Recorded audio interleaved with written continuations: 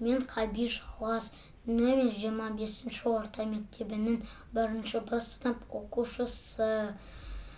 Сынып жетекші Сексенбаев Жанаржан Дулатқызы. Абай Құнанбайұлы.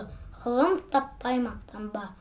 Ғылым таппай мақтанба, орын таппай баптанба, құмарланып шаттанба, ойнап босқа күлуге, 5 нәрседен қашық бол, 5 нәрсеге асық бол.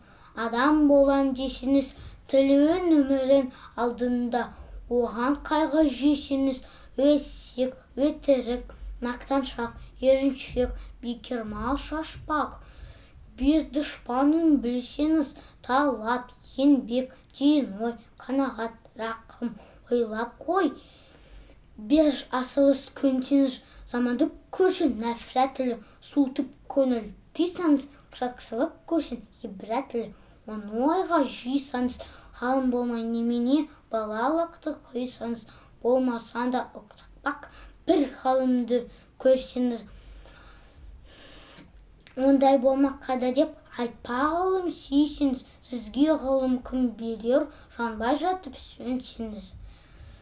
Дүниеде өзі, малды өзі, ғылымға көңіл бөлсеңіз, білгендердің сөзіне махаббатпен ерсеңіз, ақыл сенбей сенбеңіз, бір іске кез келсеңіз, ақсақал айтты, байтты, кім болса мейлі сол айтты.